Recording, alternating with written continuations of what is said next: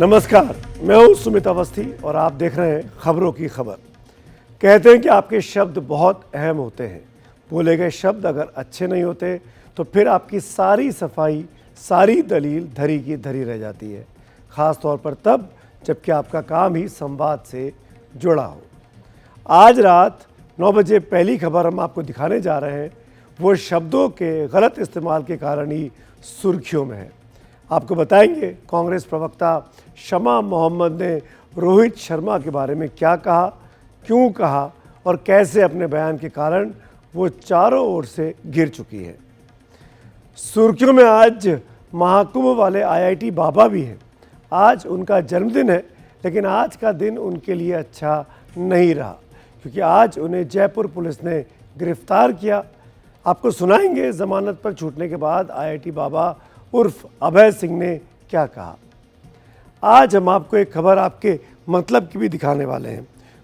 क्या आपके साथ कभी ऐसा हुआ है कि आपकी गाड़ी पार्किंग में खड़ी है या घर के बाहर खड़ी है और अनजाने में अचानक ही टोल टैक्स कट जाए, यानी गाड़ी चल भी नहीं रही है और आपकी गाड़ी के फास्टैग के ज़रिए टोल कट जाए?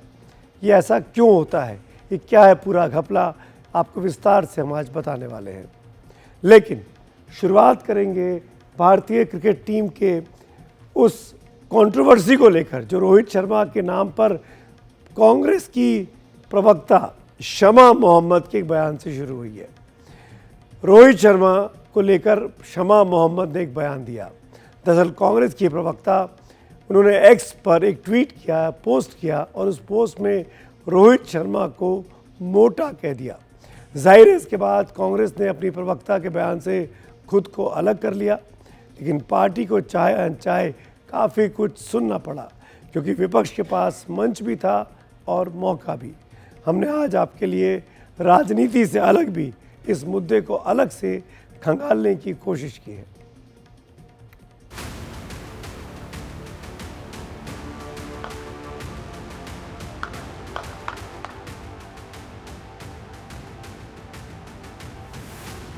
रोहित के बल्ले से हिट हुए गेंद की ही तरह तीर कमान से निकल गई और बात दूर तक पहुंच गई।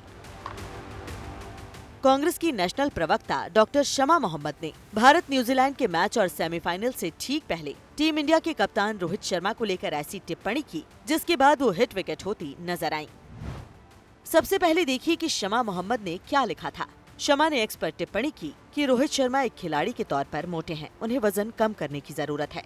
साथ ही वो भारतीय टीम के सबसे ज्यादा अनइम्प्रेसिव यानी कि बेअसर कप्तान है। जीसस ने कहा था कि हे परमपिता इन्हें माफ करना, क्योंकि ये नहीं जानते कि ये क्या कर रहे हैं। खेलों की दुनिया में और पॉलिटिक्स में भी टाइमिंग बेहद अहम है। शमा को ये पोस्ट डिलीट करना ही था। राग दरबारी में श्रीलाल शुक्ल कहते हैं कि आकाश और मूर्खता अनंत है। स्लेट पर लिखकर अपने मिटाए गए बयान पर शमा की सफाई सुनिए। किसी को अपमान करने के लिए ट्वीट नहीं किया था। उस ट्वीट में मैंने क्या कहा? मैंने कहा कि एक स्पोर्ट्स पर्सन के नाते वो थोड़ा ओवरवेट है, स्पोर्ट्स पर्सन के नाते तो वो बॉडी शेमिंग नहीं है।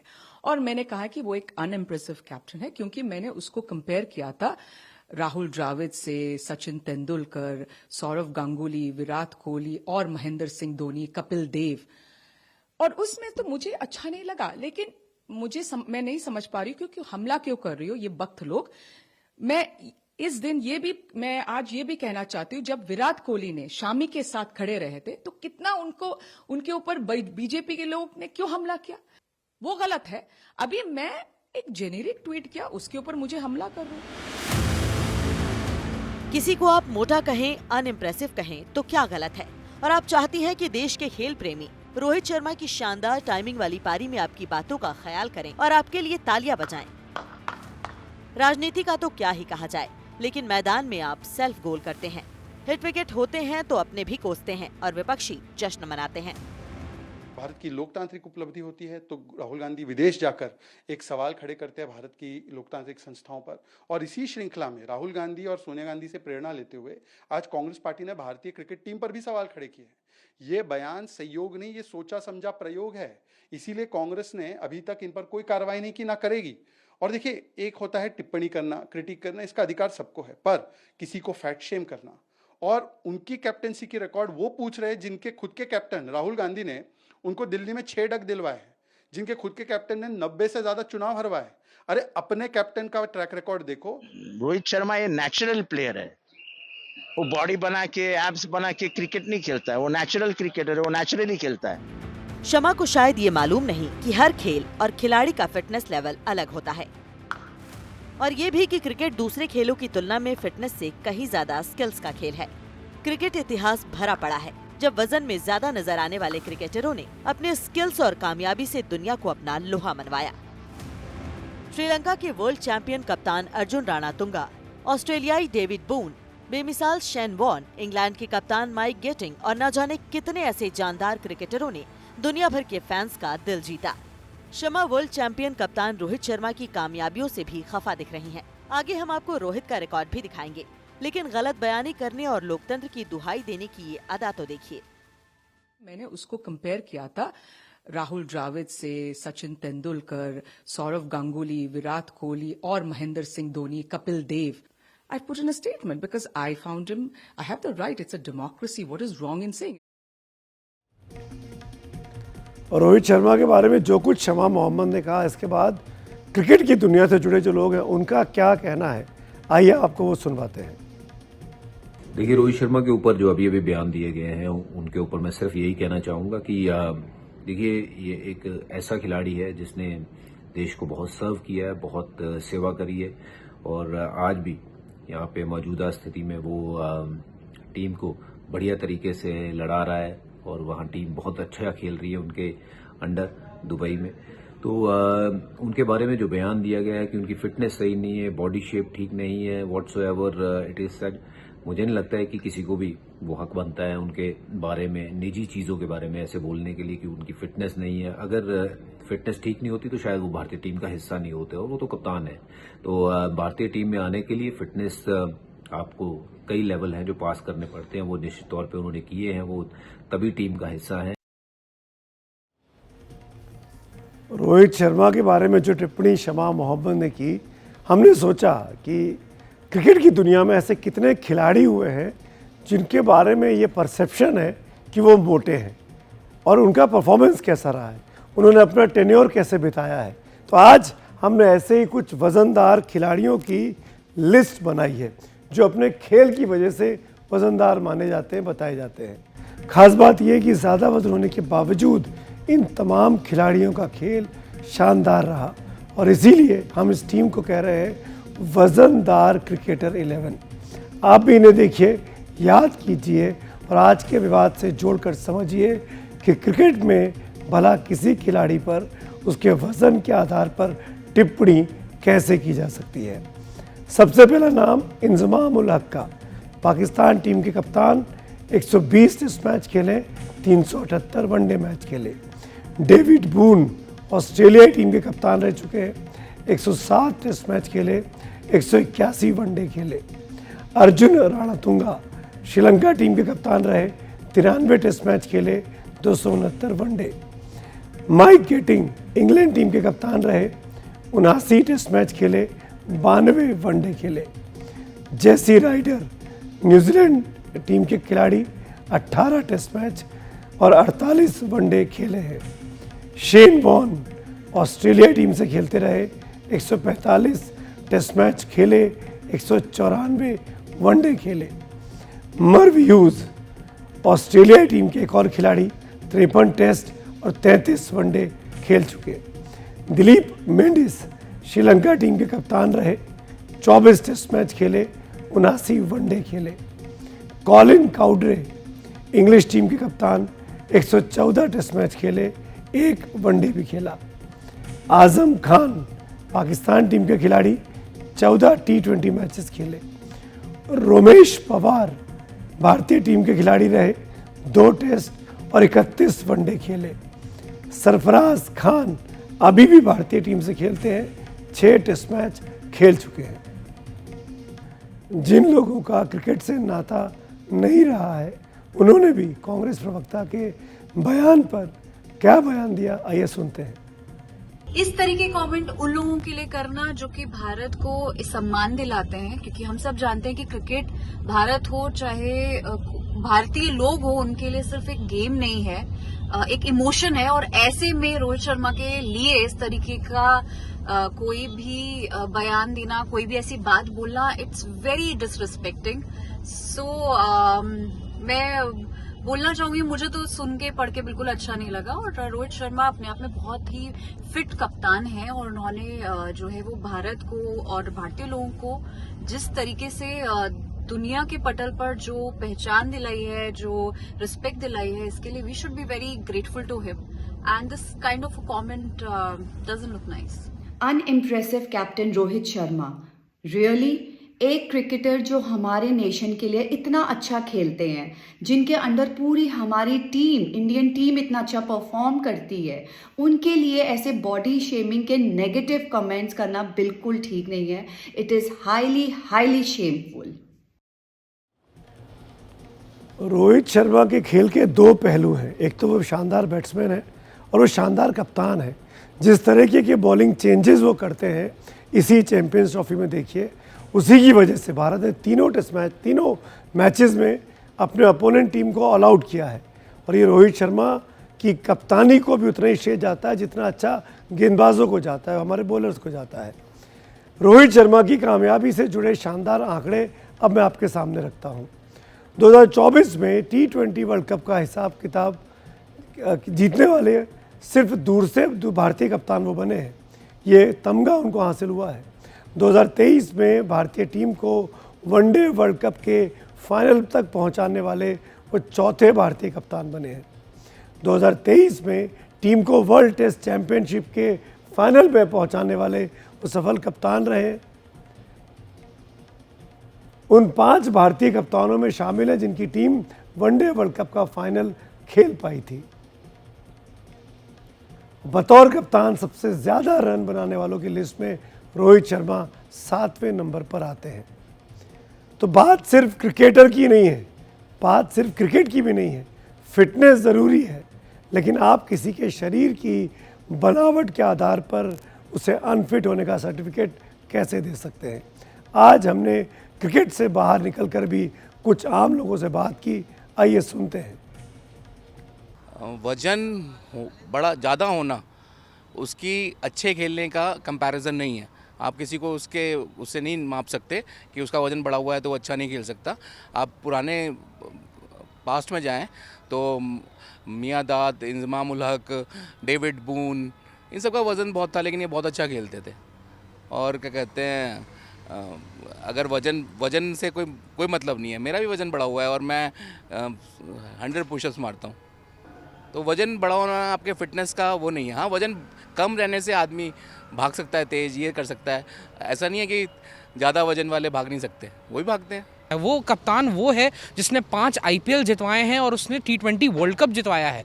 18 साल से वो इंसान क्रिकेट खेल रहा है और 12 साल से वो ओपनिंग कर रहा है और ही हैज़ बिन, उसके वनडे में 11,000 से ज़्यादा रन है। T20 में वो सबसे ज़्यादा रन बनाने वाला, T20 इंटरनेशनल में सबसे ज़्यादा रन बनाने वाला खिलाड़ी है। तो आई डोंट थिंक कि ऐसा कोई परफॉर्मेंस पे कोई इशू है, और जब तक आपकी परफॉर्मेंस है आप बिल्कुल खेल सकते हैं। देखिए, कांग्रेस की प्रवक्ता डॉक्टर शमा मोहम्मद ने जिस तरीके से भारतीय टीम के कप्तान रोहित शर्मा को लेकर के एक टिप्पणी की, वो बहुत गैर जिम्मेदाराना बयान कहा जा सकता है। उन्होंने यहाँ तक कह दिया कि वो एक बेहद मोटे खिलाड़ी हैं, उनको अपना वज़न कम करने की ज़रूरत है। इतना ही नहीं, उन्होंने यहाँ तक कह दिया कि एक बहुत अनइम्प्रेसिव जो कप्तान है भारतीय टीम के, या बेअसर कप्तान है। तो निश्चित रूप से उन्होंने भारतीय क्रिकेट प्रेमियों का, साथ ही इंडियन क्रिकेट टीम के कप्तान को लेकर के जो टिप्पणी की है, इससे बहुत से लोगों का मनोबल टूटता है और देश के लिए भी जो है ये एक अपमानजनक बात कही जा सकती है, क्योंकि भारतीय टीम के कप्तान को लेकर के उन्होंने ये टिप्पणी की है, जो कि विश्व स्तर पर चैंपियंस ट्रॉफी में जो अपना लोहा मनवा रही है। कल जब मैच शुरू हुआ था, टॉस पे भारतीय कप्तान आए थे, तब मेरी वाइफ ने भी मुझसे ये कहा था कि रोहित शर्मा का वज़न पहले से बढ़ रहा है। लेकिन मैंने उन्हें समझाया कि वज़न बढ़ना कोई बड़ी बात नहीं है, उनके खेल परफॉर्मेंस पे कोई असर नहीं पड़ रहा है, क्योंकि रोहित शर्मा के ही नेतृत्व में टीम इंडिया इतना अच्छा खेल रही है, पूरी कप्तानी उन्हें करनी है। और कई बार आपने देखा होगा किस तरीके से वो शुरुआत में ओपनिंग ताबड़तोड़ ओपनिंग करते हैं। वैसे तो क्रिकेट में वजन को लेकर कोई सख्ती नहीं है, लेकिन रोहित शर्मा बिल्कुल फिट है। ये बात आप उनके वेट और हाइट को देखकर समझ सकते हैं। रोहित शर्मा की लंबाई 5 फुट 8 इंच है, जबकि रोहित का वजन 72 किलो है। हमने वेट और हाइट के पैरामीटर्स चेक किए तो वहाँ भी यही पता चला कि 5 फुट 8 इंच के किसी भी व्यक्ति का वजन जो होना चाहिए आदर्श, वो 63 से 76 किलो के बीच होना चाहिए, और रोहित का वजन 72 किलो है, यानी बिल्कुल ठीक अपने हाइट के हिसाब से उनका शारीरिक वजन भी है। और आइए अब आगे बढ़ते हैं।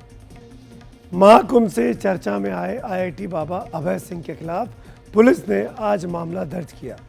जन्मदिन के दिन अभय सिंह जयपुर में थे, वहां एक होटल में ठहरे थे। एक खबर के आधार पर पुलिस अभय सिंह तक पहुंची तो तलाशी के दौरान उनके पास गांजा बरामद हुआ। हिदायत देकर फिलहाल आईआईटी बाबा छोड़ दिए गए हैं, लेकिन बात तब तक दूर तक पहुंच गई है।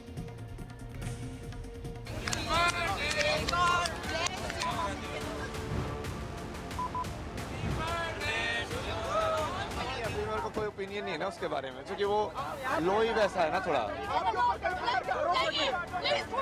ठीक है, नहीं वो अभी तो बर्थडे है ना, आज मैं खुशी रहना चाहता हूँ ना आज। आईआईटी बाबा का बर्थडे है और बर्थडे के दिन आईआईटी बाबा फंस गए। दरअसल आईआईटी बाबा अभय सिंह के खिलाफ जयपुर पुलिस ने बड़ी कार्रवाई की। अभय सिंह को गांजा रखने के मामले में जयपुर के एक होटल से पकड़ा गया। बाद में जमानत पर उन्हें छोड़ भी दिया गया, लेकिन पड़ताल जारी है। पुलिस कंट्रोल रूम को सूचना मिली थी कि होटल पार्क क्लासिक में अभय सिंह नाम का एक व्यक्ति सुसाइड करने की कोशिश कर रहा है। जब पुलिस मौके पर पहुंची तो होटल में आईआईटी बाबा और अभय सिंह मिले। पुलिस ने अभय सिंह से कारण पूछा तो उन्होंने अपने कब्जे से एक गांजे की पुड़िया निकाल ली। सूचना इनकी ये मिली थी कि ये पार्क क्लासिक होटल में रुके हुए हैं रिद्धि सिद्धि चौराहे पे। ये सुसाइड अटेम्प्ट कर रहे हैं, ये सुसाइड कर सकते हैं, ये सूचना मिली थी। मौके पे गए थे तो इन्होंने कहा कि मैं तो गांजा सेवन करता हूँ, मेरे पास गांजा भी है, मैंने गांजा पी के कुछ कह दिया होगा। वो जो गांजा जो मिला है वो ये रख नहीं सकते, वो एनडीपीएस एक्ट के तहत अपराध है। पीना भी अपराध है, कब्जे में रखना भी अपराध है। वो एनडीपीएस एक्ट के तहत पाया जाने पर गांजा को जब्त किया गया था। मौके पे उनको अरेस्ट किया गया, चूँकि स्मॉल क्वांटिटी का था, काफ़ी कम मात्रा में गांजा था, इसलिए उनको पूछताछ करके बेल बॉन्ड जो है वो मौके पे पेश कर दी, इसलिए जमानत पे मौके पे उनको रिहा किया गया। इन्वेस्टिगेशन में जैसे जरूरत होगी वापस उनको हाजिर होना पड़ेगा। ये गांजा कहाँ से उनको लिया था, कहाँ से खरीदा था? पूछताछ में उन्होंने ये बताया कि जब मैं दिल्ली था तो मैंने दिल्ली में ऐसे ही भीड़ भाड़ वाले इलाके में कोई अज्ञात व्यक्ति से गांजा की पुड़िया खरीदी थी। ये जो सुसाइड का जो सूचना थी पुलिस को कहाँ से मिली थी, किस तरह मिली थी? ये इन्होंने सोशल मीडिया पे कुछ वीडियोस डाले थे जो ऐसा संकेत कर रहे थे कि वो सुसाइड कर सकते हैं, और जिन लोगों ने जो फॉलोअर्स थे सोशल मीडिया में उन्होंने देखा और उन लोगों ने पुलिस को सूचना दी थी कि ये सुसाइड कर रहे हैं। बाद में बर्थडे केक खाते हुए आईआईटी बाबा ने क्या कहा, आप खुद ही सुन लीजिए। क्या कहना चाहेंगे जयपुर के फैंस को जो आपके हैं? कुछ नहीं, वो क्या कहेंगे यार उन्हें। लेकिन आपके लिए देखिए, ये देखिए गुलदस्ता लेके आए हैं, केक लेके आए हैं। जयपुर में तंग करने की गई है क्या? नहीं वो थोड़ा वो वैसे ही होता है, थोड़ा इस टाइप का ना, थोड़ा पुलिस आई थी तो क्यों आई थी? बता तो दिया ना वो सारा मैटर। क्या हो गया था अचानक? आप तो बर्थडे मनाने आए थे यहाँ पर, अचानक क्या हुआ फिर? नहीं वो एक बार ना ये प्रेस कॉन्फ्रेंस करके वो पूरा बता देंगे ना। इनका बर्थडे, इनको रिलैक्स होना। रुको ना यार, अब देखो सिगरेट नहीं पीने दे रहे यार, आग लग जाएगी तुमको, फिर बोले बाबा ने चाय गिरा दी। आग के पास खुद ही घूम रहे तुम। अभय सिंह उर्फ आईआईटी बाबा महाकुंभ के दौरान लगातार चर्चा में थे। एनडीटीवी से बातचीत में उन्होंने जो बातें कही थी, आप भी सुनिए। मैं तो बोलता हूँ, मैंने पहले ही बोला था कि मैं तो आई एम नोबडी। इतिहास तो होगा कुछ। नहीं, जो nobody है, that person can be anybody. So then you can say, like, being an IITian is one of it, one of the form. Being this is one of the form. But truly what you are is nobody. Then मैं ये कह दूं कि मैं किसी से नहीं बात कर रहा हूँ। नहीं, तुम बात करके भी बात ना करो। कि तुम्हारा अंदर से शांत है, ये बस बाहर से तुम चक्कर चक्कर कर रहे हो दुनिया का एंटरटेनमेंट के लिए। मैं ये बात इसलिए पूछ रहा हूँ कि कुछ लोग कह रहे हैं अरे ये नाटक कर रहा है बाबा, IITN थोड़ी है, एरोस्पेस इंजीनियरिंग करके यहाँ के थोड़ी आ गया, ये सनकी है या पागल है या नाटक कर रहा है या झूठ बोल रहा है, इस तरह की बातें हो रही है। झूठ बोल रहे हैं क्या? अरे ये तो वेरीफाई हो जाता है आज के टाइम पे। IIT की वेबसाइट पे चेक करोगे तो वहाँ पे तो आपके जो फोटोग्राफ वायरल हो उसमें तो कॉन्वोकेशन के फोटोग्राफ भी जा रहे हैं। अब तो क्या बोलोगे, IIT से कॉन्वोकेशन में बैठा हो यार, मैं डिग्री लेके हाथ में। जो लोग सनकी कह रहे हैं अगर वो सर्च करना चाहें तो क्या सर्च करें, जरा बता दीजिए। नहीं, जो सनकी कह रहे हैं वो तो ठीक है, सनक तो बढ़िया ही है। आप अभी ना वही वो बोला, आपने बहुत लिमिटेड देखा है। आप मेरे पिछले है ना 1 साल का जब मैंने पूरी पदयात्रा की उस सबका पूरा ढूंढना लोगों को, उनसे पूछ रहा कि मैं किस रूप में आया था वहाँ पे। किस रूप में आया? कभी वैसे जैसे वो शॉर्ट्स, वो जॉगिंग वाली पैंट पहन के और सब लेके, बीच में जैसे मैंने बहुत फ्लूट बजाई, एक फ्लूट लेके चलता रहता था, फ्लूट बजाता रहता था बैठा बैठा। राघव मिला मेरे को जैसे ऋषिकेश से, माधव, फिर ये मशानी गोरख, अच्छा, बटुक भैरव। इतना नाम लेके घूम रहे हैं, कौन सा? अब जिसको जो दिखता है वैसे नाम दे देता है। देश विदेश में इस बातचीत का वीडियो वायरल हो गया था। जो भी हो, फिलहाल IIT बाबा अलग वजह से चर्चा में है, और वो भी अपने बर्थडे के दिन। अभी मेरे को कोई ओपिनियन नहीं है ना उसके बारे में, क्योंकि वो लो ही वैसा है ना थोड़ा। ठीक है, अभी नहीं वो अभी तो बर्थडे है ना आज, मैं खुशी रहना चाहता हूँ ना आज। हरियाणा कांग्रेस की नेता हिमानी मर्डर केस में चौंकाने वाले खुलासे हो रहे हैं।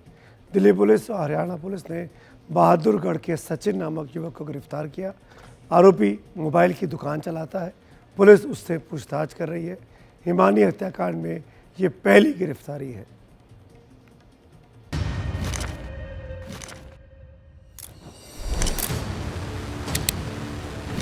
लड़की अकेली विजयनगर में रहती थी और 27 फरवरी को ये लड़का उनके घर पे आया।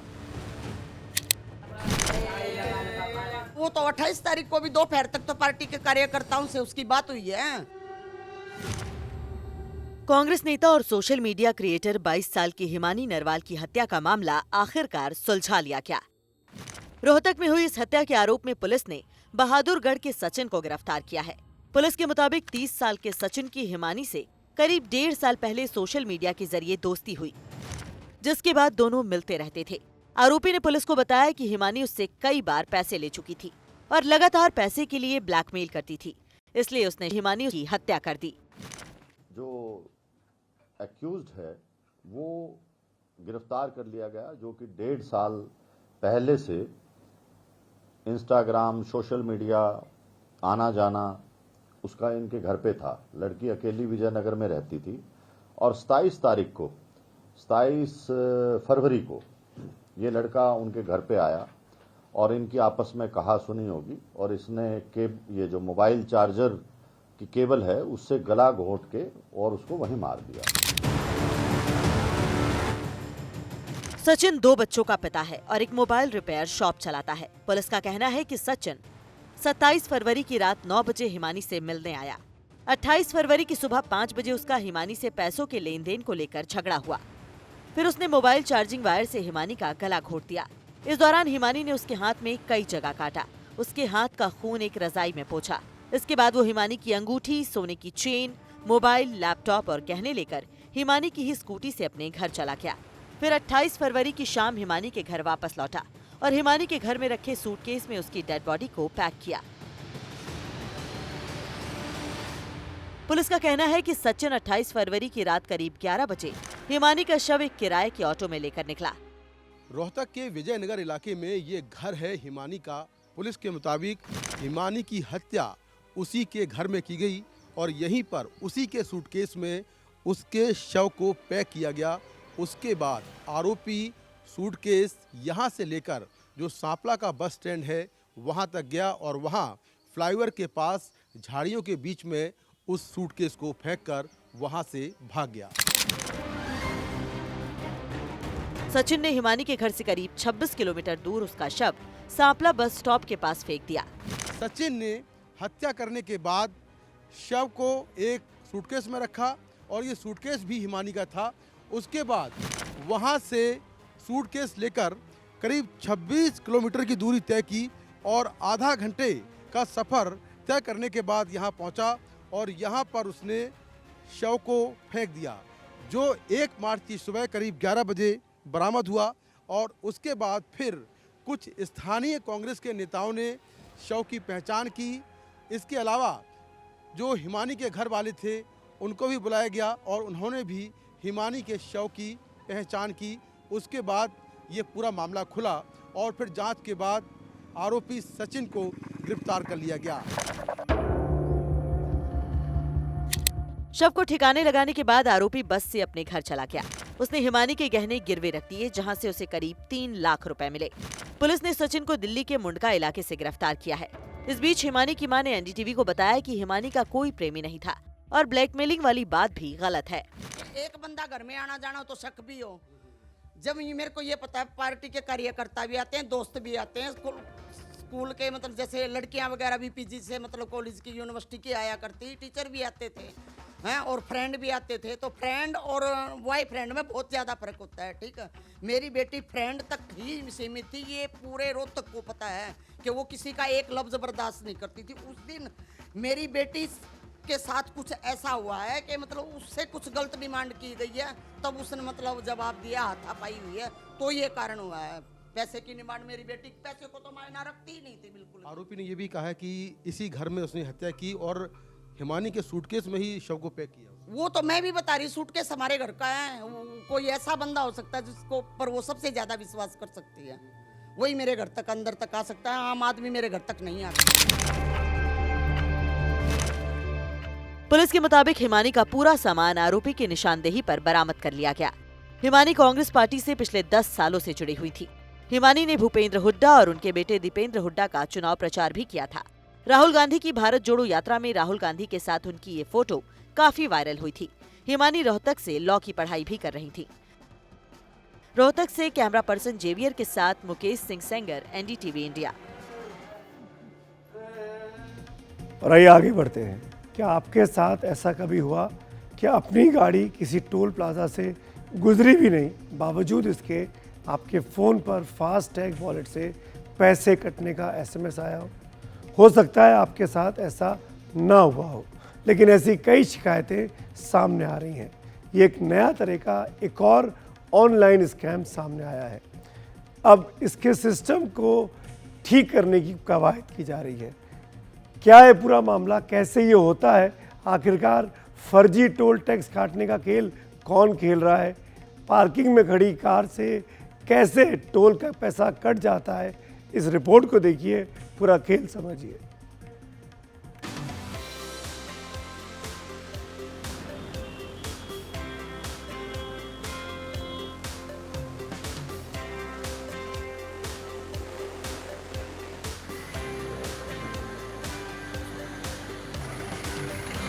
सड़क पर दौड़ती इन गाड़ियों में से शायद ही ऐसी कोई गाड़ी होगी जिस पर फास्टैग ना लगा हो,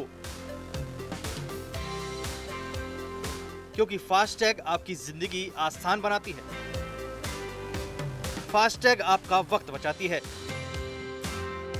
फास्टैग आपको अपनी मंजिल तक तेजी से पहुंचने में मदद करती है। यानी फास्टैग हमारी जिंदगी का हिस्सा बन चुका है। लेकिन फास्टैग के जरिए धोखाधड़ी की भी खबरें तेजी से आ रही हैं। क्या फास्टैग से आपको भी चूना लगा है? क्या आप भी धोखाधड़ी के शिकार हुए हैं? अगर आप ऐसी धोखाधड़ी के शिकार नहीं हुए हैं तो भी आपको सावधान रहने की जरूरत है, क्योंकि आपके साथ भी ऐसा हो सकता है। ऐसी कई शिकायतें सामने आ रही हैं जिसमें गाड़ी टोल प्लाजा से गुजरी भी नहीं, लेकिन गाड़ी के मालिक के पास वॉलेट से टोल के पैसे कटने का एसएमएस आ गया। सोचिए आपकी गाड़ी घर के पार्किंग में खड़ी हो या फिर आपके दफ्तर के पार्किंग में खड़ी हो और टोल प्लाजा पर फास्टैग से पैसे कट जाएं। ये बात उन लोगों को भी चौंका रही है जिनके साथ ऐसी घटनाएं हो चुकी हैं। एनडीटीवी इंडिया ने ऐसे कुछ लोगों की जानकारी भी निकाली है जिनके साथ ऐसा हो चुका है। जानिए वो लोग कौन हैं। 27 जनवरी 2025 स्विफ्ट डिजायर कार गाड़ी गैरेज में खड़ी, टोल कटा एटा में, मालिक को 85 रुपए कटने का एसएमएस आया। तारीख 15 अक्टूबर 2023, कार का नंबर RJ55CA0322। कार मालिक मगराज माली। कार पार्किंग में खड़ी थी। जैसलमेर 70 किलोमीटर दूर टोल प्लाजा पर 70 रुपए कटा। तारीख 11 अक्टूबर 2023, गाड़ी पार्किंग में खड़ी। कार मालिक गोपाल मीणा। 8 किलोमीटर दूर टोल प्लाजा पर 55 रुपए कटा। तारीख 20 दिसंबर 2021, शाम 5:52, कार का नंबर NH-R36FF6207। कार मालिक मुनीराम। कार पार्किंग में खड़ी थी, लेकिन टोल प्लाजा से 110 रुपए कट गए। ये चंद जानकारी तो हमने जुटाई है, लेकिन ऐसे 250 से ज्यादा केस हैं जिनके साथ फास्टैग के जरिए धोखाधड़ी हुई है। यूपी के हापुड़ टोल प्लाजा पर एनडीटीवी संवाददाता ने कुछ लोगों से बात की। सरकार से हमारी मांग है कि ऐसे लोगों के खिलाफ कार्रवाई होनी चाहिए और उनको टोल से हटाना चाहिए जो गरीब लोगों की जेबों पर नाका डाल रहे हैं। यहाँ पे जब गाड़ी आती है तो यहाँ पे ये बताते हैं कि इसमें पैसे नहीं है फास्टैग में, और पैसे भी ले लेते हैं कैश में। फिर मैसेज भी चले आता है, यही थोड़ी देर बाद मैसेज आता है कि आपका टोल फास्टैग से भी काट लिया है।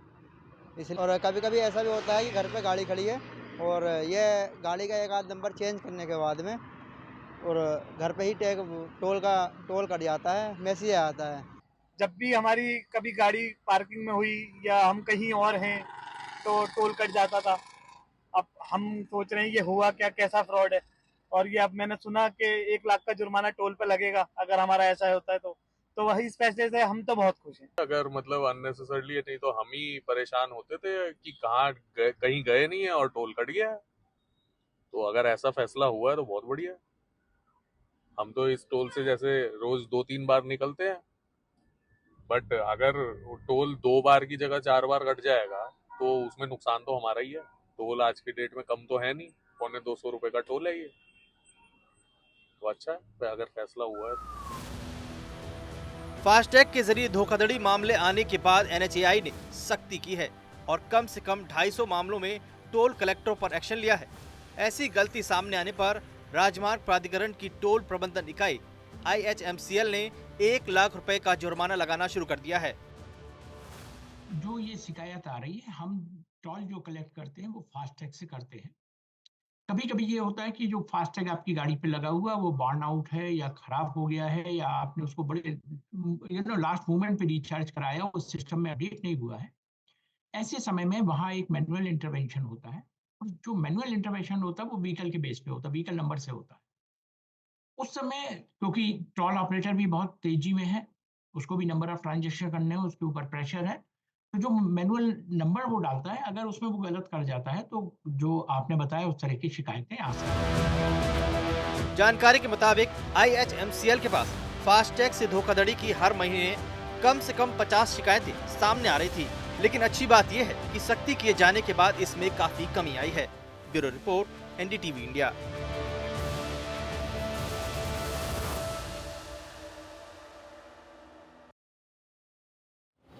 अच्छी बात यह है कि लोगों की शिकायत के बाद NHAI ने इसे गंभीरता से लिया और एक्शन भी लेना शुरू कर दिया। लेकिन सवाल ये है कि गड़बड़ी कैसे होती है, आइए इसको समझते हैं।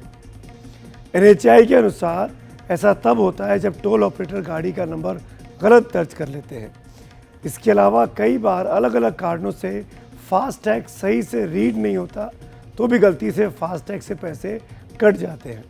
NHAI के अनुसार फास्टैग रीड न होने पर टोल कर्मी मैनुअल एंट्री करते हैं, ऐसे में भी ये गड़बड़ी हो जाती है, गाड़ी का गलत नंबर डालने से पैसे कट जाते हैं। और आपके पास फास्टैग से ऐसी कोई गड़बड़ी नहीं हुई है तो अच्छी बात है, लेकिन आपको सावधान रहने की सख्त ज़रूरत है। कई लोगों ने सोशल मीडिया पर गलत टोल कटने की शिकायत की है। IHMCL ने भी शिकायतें दर्ज कराई गई हैं। अगर आपके साथ ऐसा हुआ हो तो शिकायत करना बिल्कुल ना भूलें, और शिकायत कहाँ और कैसे करना है वो आप समझ लीजिए।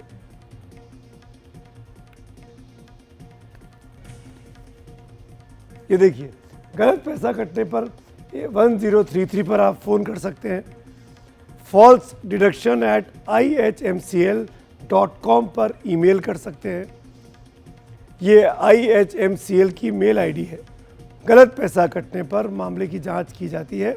अगर गलत कटौती या गलत मैनुअल ट्रांजैक्शन की शिकायत सही पाई गई तो आपका पैसा वापस आ जाएगा और जिम्मेदार टोल ऑपरेटर पर 1 लाख रुपए का जुर्माना लगेगा। ये नियम बना हुआ है।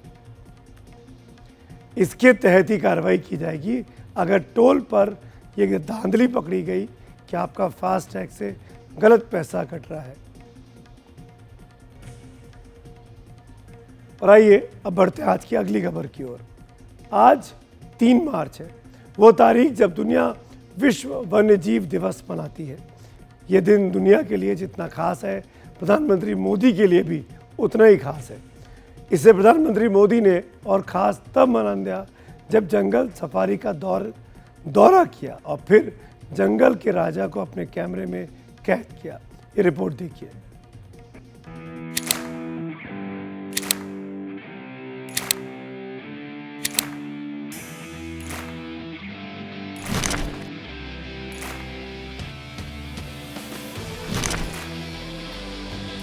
खुली जीप की सवारी, सिर पर गोल वाला हैट, बदन पर हाफ जैकेट और हाथों में हाई रेजोल्यूशन वाला कैमरा, जो दूर से ही सामने दिख रहे वन्यजीव की खूबसूरत तस्वीर अपने कैमरे में कैद कर ले।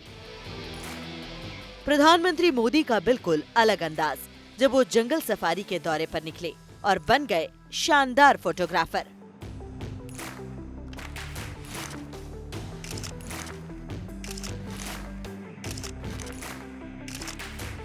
खुली जीप में सिर्फ एक ड्राइवर और बिल्कुल अलग अंदाज में पीछे खड़े प्रधानमंत्री मोदी, जिनकी आंखें जीप के आगे बढ़ने के साथ ही उन वन्य जीवों को निहारती और देखती जिसे वो बेहद प्यार करते हैं।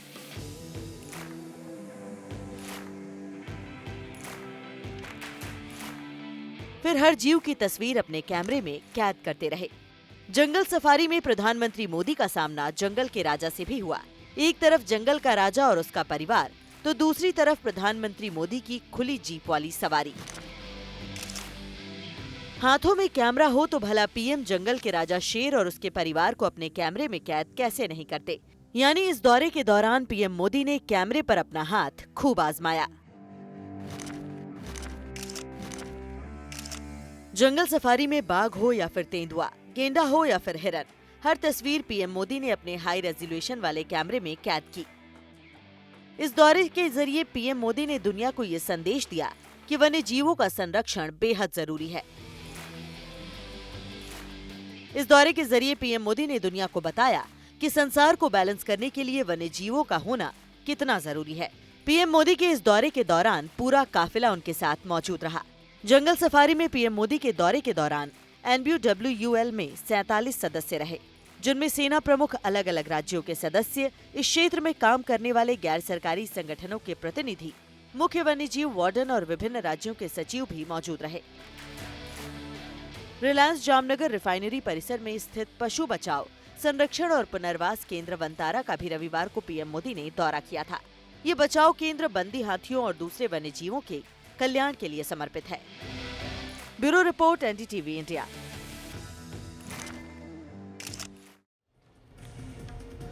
आठ मार्च को अंतर्राष्ट्रीय महिला दिवस पर प्रधानमंत्री मोदी अपने डिजिटल अकाउंट्स पर कुछ चुनी हुई महिलाओं के हवाले अपने अकाउंट्स को वो कर देंगे। उन्होंने एक्स पर पोस्ट किया है, मैं देखता रहा हूँ कि नमो ऐप के ओपन फोरम पर बहुत प्रेरणादायी जीवन यात्राएं साझा की जा रही हैं, जिनमें से कुछ महिलाएं चुनी जाएंगी जो मेरे डिजिटल सोशल मीडिया अकाउंट्स को 8 मार्च को चलाएंगी, जो अंतर्राष्ट्रीय महिला दिवस है। मेरा आग्रह है कि ऐसी और जीवन यात्राएं साझा की जाए।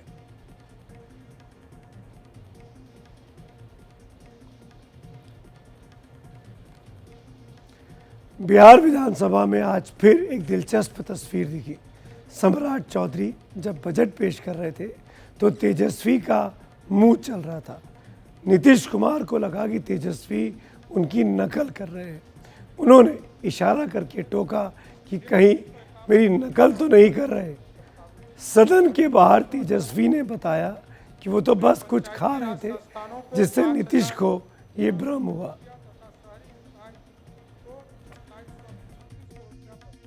तो हर किसी को इशारा करते रहते हैं कि मैं मुंह चबा चबा करके कह रहे थे। हम बोला हम पल्स खा रहे दिखा रहे थे, हमको इशारा कर रहे थे काय मुंह चबा रहे हो, बड़ा नोटिस कर रहे थे हम पे। फिर हमने देखा है भाई पल्स, खाना खा के आए थे तो लंच करके आए थे तो हम पल्स लिए हुए थे, पल्स खा रहे थे। कोई बगल के एक मंत्री जो है नाक खोद रहे थे तो उनको भी नाक खोद करके दिखा रहे थे कायला खोद रहे। तो ये तो मुख्यमंत्री जी की आदत है। अब इसमें नहीं, हम कहाँ कौन होते हैं भाई, हमारी हैसियत है। और ऐसा नीतीश जी जैसा कोई मिमिक्री कर सकता है क्या? कोई नहीं कर सकता।